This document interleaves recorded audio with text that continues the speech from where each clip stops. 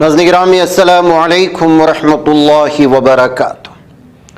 सीधी बात के ताज़ा तरीन प्राइम टाइम में आप लोगों का इस्तकबाल है। नाज़रीन गिरामी, मैं अंसार अजीज़ नदवी इस वक्त आप लोगों के सामने एक अहम तरीन मौजू पर गुफ्तगू करने जा रहा हूँ।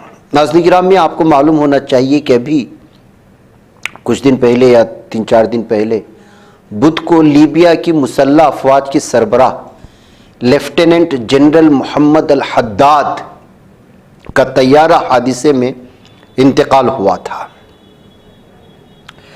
तुर्क हुक्काम के एक ताज़ा रिपोर्ट के मुताबिक फैल्कन 50 तैयारे ने मंगल को अनकरा से रवानगी के चंद ही मिनट बाद बरक़ी खराबी के बाइस हंगामी लैंडिंग की दरख्वास्त की थी। ताहम उसके बाद तैयारे से राब्ता मुनक़ते हो गया।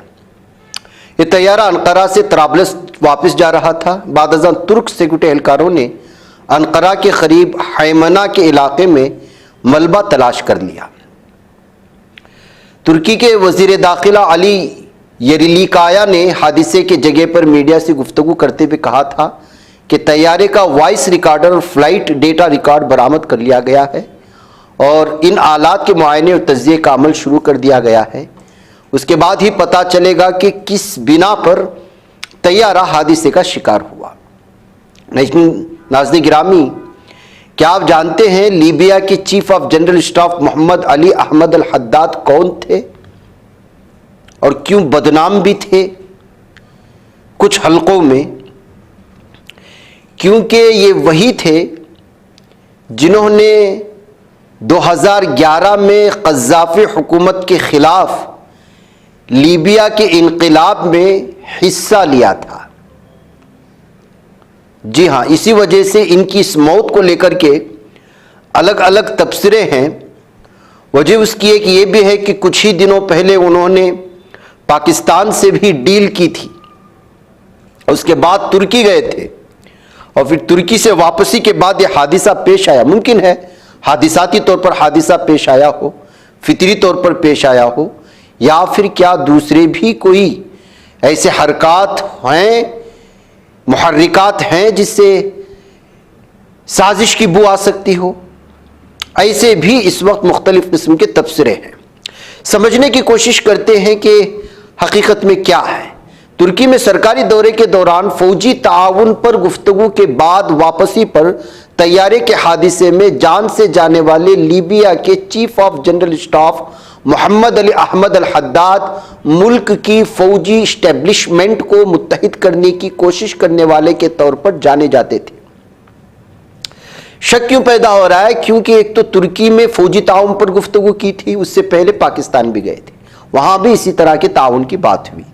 तो क्या इसकी वजह से कोई साजिश तो नहीं रची गई, ये कहा जा रहा है। बहरकैफ 59 साल Mohammad Ali Ahmed al Haddad Libya की अक़वाम मुत्तहिदा की तस्लीम शुदा हुकूमत की फौज के चीफ ऑफ जनरल स्टाफ थे।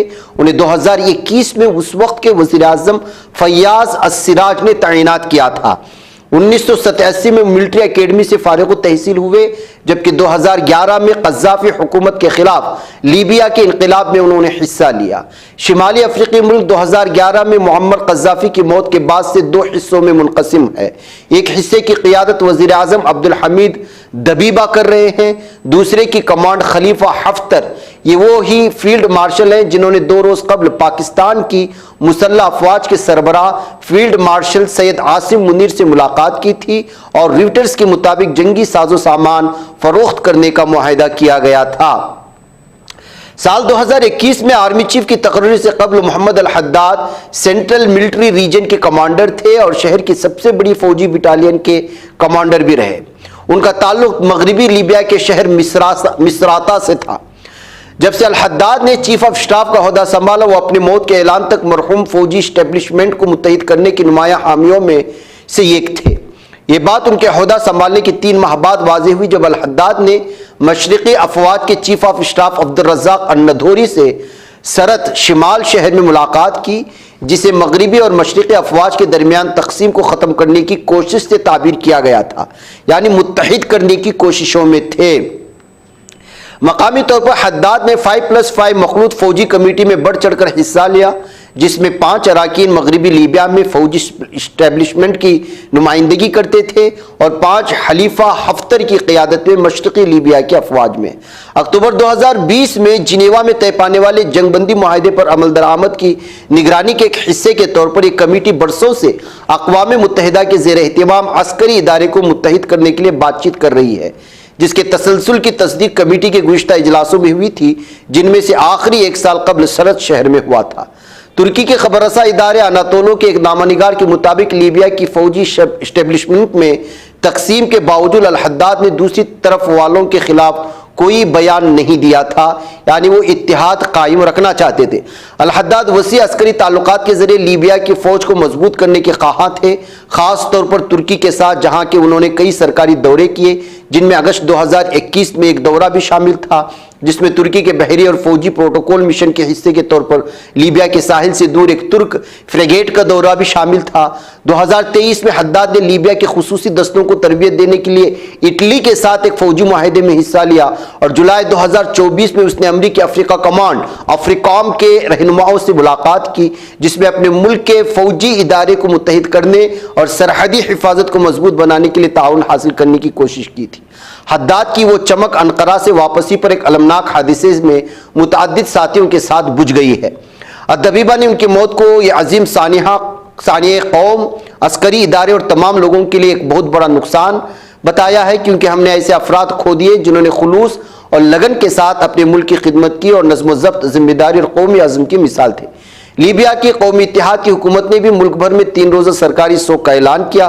कहा कि उसके सरबराह अब्दुल हमीद दबीबा ने वज़ारत दिफा को हिदायत की कि सरकारी वफ्द अनकरा भेजे ताकि इस वाक़े के हालात का जायज़ा लिया जा सके। तो नाज़रीन गिरामी, जाहिर सी बात है कि फ़ौज को मुत्तहिद रखने की कोशिशें हो रही थी एक तरफ, दूसरी जानिब मुअम्मर क़ज़्ज़ाफ़ी के खिलाफ उस वक्त उसमें शरीक थे एक तरफ, तुर्की और पाकिस्तान का दौरा और बहुत सारी चीज़ों को लेकर कि तुर्की से फौरी तौर पर इस तरह के मुआहदे के बाद वापस लौटने के फौरी बाद हादिसे का शिकार होने को लेकर के अलग अलग तरह की शुकूक व शुबहात पेश किए जा रहे हैं, लेकिन इसमें कोई हतमी तौर पर बात सामने नहीं लाई जा रही है। लेकिन इसके बावजूद तुर्की ने कहा है कि इस सिलसिले में वो मज़ीद गहराई से तहक़ीक़ात करेगा। नाज़रीन गिरामी, मुझे इजाज़त दें। अस्सलामु अलैकुम व रहमतुल्लाहि व बरकातहू।